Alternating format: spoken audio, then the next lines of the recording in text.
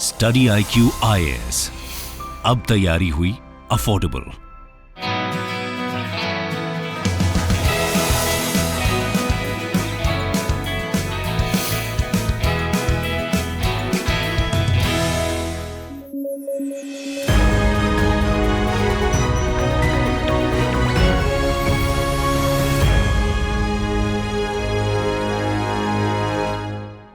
नमस्कार, news at 9 programme में आपका स्वागत है। मैं हूं अमृत उपाध्याय।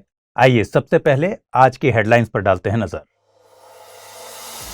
सरकार ने डेटा प्रोटेक्शन बिल लिया वापस। BN श्रीकृष्णा समिति की सिफारिश पर आया था बिल। KS पुट्टास्वामी केस से हुआ था ओरिजिन।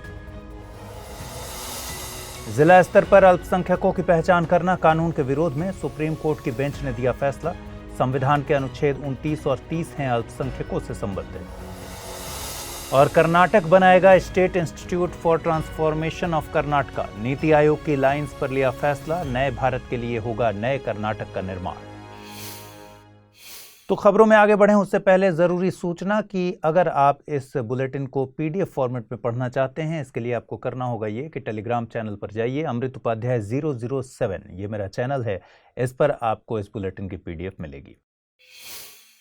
चलिए खबरों की शुरुआत करते हैं। सरकार ने साल 2019 में पेश किया डेटा प्रोटेक्शन बिल वापस ले लिया है। दरअसल बिल संसद की JPC यानी ज्वाइंट पार्लियामेंट्री कमेटी यानी संयुक्त संसदीय समिति के पास था।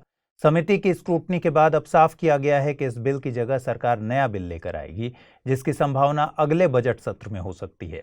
सरकार के इस बिल को पेश करने के पीछे एक पूरा इतिहास है। साल 2017 में जस्टिस KS पुट्टास्वामी बनाम यूनियन ऑफ इंडिया के मामले में सुप्रीम कोर्ट ने एक जरूरी निर्णय दिया था, जिसके मुताबिक भारतीय संविधान के अनुच्छेद 21 में दिए गए जीवन के अधिकार में निजता का अधिकार भी शामिल है। इस जजमेंट के बाद साल 2017 में ही केंद्र ने सुप्रीम कोर्ट के रिटायर्ड जज जस्टिस BN श्रीकृष्णा की अध्यक्षता में डेटा प्रोटेक्शन पर फ्रेमवर्क तैयार करने के लिए एक समिति का गठन किया। जुलाई 2018 में BN श्रीकृष्णा समिति ने डेटा प्रोटेक्शन बिल के ड्राफ्ट पर एक रिपोर्ट सौंपी। इसी रिपोर्ट के आधार पर सरकार ने साल 2019 में डेटा प्रोटेक्शन बिल पेश किया था। सरकार ने बिल को वापस लेने की वजहें बताई हैं। दरअसल बिल में JPC ने कई बड़े बदलाव किए हैं। इन रेडिकल चेंजेस के चलते सरकार बिल को ही नए कलेवर में पेश करना चाहती है। साथ ही टेक इंडस्ट्रीज ने भी डेटा लोकलाइजेशन के प्रावधानों पर चिंता जाहिर की है। बिल में डेटा लोकलाइजेशन को लेकर क्या प्रावधान थे, इस पर बात करने से पहले हम जान लेते हैं कि दरअसल डेटा लोकलाइजेशन से मतलब क्या है। इससे मतलब है कि एक देश के डेटा को दूसरे देश में जाने से प्रतिबंधित करना। भारत के मामले में भारत चाहता है कि भारतीय यूजर्स के डेटा को भारत में ही स्टोर और प्रोसेस किया जाए। गौरतलब है कि बड़ी बिग डेटा कंपनीज विदेशों की हैं। ऐसे में भारत अपने डेटा की स्वायत्तता को दूसरे देशों को नहीं सौंपना चाहता। बिल में पर्सनल डेटा यानी निजी डेटा की परिभाषा दी गई है। इसके मुताबिक कोई ऐसी विशेषता या जानकारी जिससे व्यक्ति की पहचान संभव हो सके। वहीं सेंसिटिव पर्सनल डेटा में व्यक्ति के स्वास्थ्य, वित्त, सेक्सुअल ओरिएंटेशन, जाति, पॉलिटिकल ओरिएंटेशन समेत बायोमेट्रिक और जेनेटिक डेटा को शामिल किया जाता है। इसके अलावा क्रिटिकल पर्सनल डेटा को सरकार द्वारा नोटिफाई किया जाना है। बिल में कहा गया था कि सेंसिटिव पर्सनल डेटा को प्रोसेसिंग के लिए विदेश में ट्रांसफर किया जा सकता है, लेकिन इसकी एक कॉपी भारत में रखी जानी चाहिए। वहीं क्रिटिकल पर्सनल डेटा को केवल भारत में स्टोर और प्रोसेस किया जा सकता है। हाल ही में सुप्रीम कोर्ट की एक बेंच ने अल्पसंख्यकों को लेकर एक जजमेंट दिया। बेंच के मुताबिक जिला स्तर पर अल्पसंख्यकों की पहचान करना कानून के विरोध में होगा। बेंच ने माना कि अल्पसंख्यकों की पहचान राज्य के स्तर पर ही होनी चाहिए। दरअसल कोर्ट में एक याचिका दायर की गई थी। याचिका के मुताबिक हिंदुओं को ऐसे राज्यों में अल्पसंख्यकों का दर्जा नहीं दिया जाता जहां वे सामाजिक, आर्थिक, राजनीतिक और संख्या के लिहाज से कमतर होते हैं। इस याचिका में अल्पसंख्यकों की पहचान जिला स्तर पर करने की मांग भी की गई थी।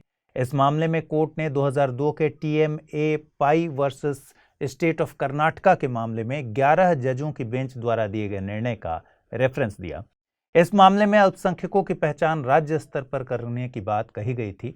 गौरतलब है कि साल 2016 में महाराष्ट्र सरकार ने यहूदियों को अल्पसंख्यक घोषित किया था। साथ ही कर्नाटक ने उर्दू, तेलुगु, तमिल, मलयालम, मराठी, तुलु, लमानी, हिंदी, कोंकणी और गुजराती को अल्पसंख्यक भाषाओं के रूप में नोटिफाई किया था। आपको बता दें कि भारतीय संविधान में अल्पसंख्यकों को परिभाषित नहीं किया गया है। हालांकि संविधान में धार्मिक और भाषाई आधार पर अल्पसंख्यकों को मान्यता दी गई है। संविधान के अनुच्छेद 29 और 30 अल्पसंख्यकों से संबंधित हैं। अनुच्छेद 29 अल्पसंख्यकों के हितों के संरक्षण से संबंधित है। वहीं अनुच्छेद 30 में अल्पसंख्यकों को शिक्षा संस्थानों की स्थापना और प्रशासन का अधिकार मिला है। केंद्र के स्तर पर मुस्लिम, सिख, ईसाई, बौद्ध, जैन और पारसी को अल्पसंख्यक का दर्जा दिया गया है। जैनों को अल्पसंख्यक का दर्जा साल 2014 में दिया गया था। इधर कर्नाटक सरकार ने नीति आयोग के आधार पर SITK यानी state institute for transformation of Karnataka के गठन का आदेश जारी किया है। इसे state policy and planning commission के स्थान पर गठित किया जाएगा। इसका मकसद नए भारत के लिए नए कर्नाटक का निर्माण होगा।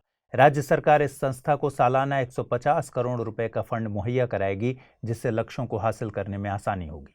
इसमें नियोजन, अर्थशास्त्र, समाज कल्याण, ग्रामीण विकास, स्वास्थ्य, कृषि, विज्ञान और प्रौद्योगिकी, कौशल विकास, रोजगार और स्वच्छ ऊर्जा जैसे क्षेत्रों से विशेषज्ञों को शामिल किया जाएगा। गौरतलब है कि नीति आयोग की स्थापना 1 जनवरी 2015 को हुई थी। यह एक गैर संवैधानिक या संविधानेतर निकाय है। यह भारत सरकार की नीति निर्माण का शीर्ष थिंक टैंक है। आपको बता दें कि कर्नाटक भारत के दक्षिण पश्चिम में स्थित राज्य है। यह अपनी सीमा महाराष्ट्र, गोवा, केरल, तेलंगाना, आंध्र प्रदेश और तमिलनाडु से साझा करता है। इस खबर के इंपॉर्टेंस समझने के लिए साल 2016 में UPSC के प्रीलिम्स एग्जाम में पूछे गए एक सवाल पर नजर डाल लेते हैं। प्रश्न था, हाल ही में निम्नलिखित राज्यों में से किसने एक लंबे नौ संचालन चैनल द्वारा समुद्र से जोड़े जाने के लिए एक कृत्रिम अंतर्देशीय बंदरगाह के निर्माण की संभावना का पता लगाया है? ऑप्शंस थे आंध्र प्रदेश, छत्तीसगढ़, कर्नाटक या फिर राजस्थान।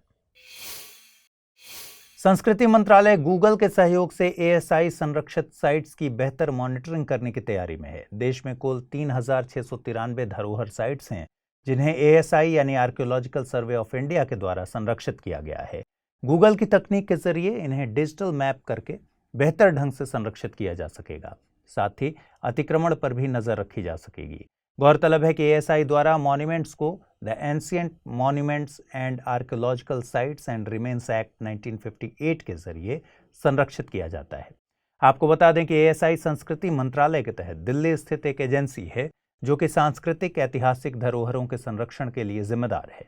इसकी स्थापना साल 1861 में अलेक्जेंडर कनिंघम के द्वारा की गई थी।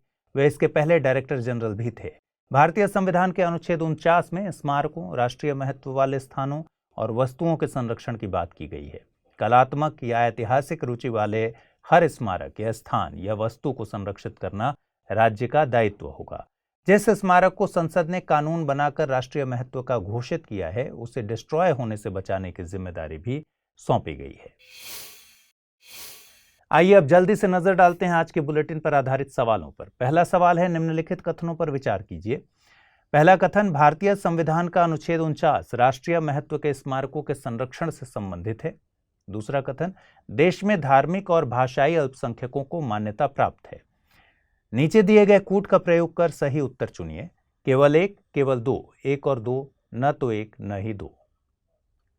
दूसरा सवाल है, केस पुट्टास्वामी बनाम यूनियन ऑफ इंडिया केस किससे संबंधित है? शिक्षा का अधिकार, भोजन का अधिकार, निजता का अधिकार या फिर धारा 377 से। तो आज के न्यूज एट 9 बुलेटिन में इतना ही। कल आपसे फिर इसी समय पर मुलाकात होगी। अपना ख्याल रखिए, ठीक से पढ़ाई कीजिए और इस वीडियो को अपने दोस्तों के साथ जरूर शेयर कीजिए। नमस्कार।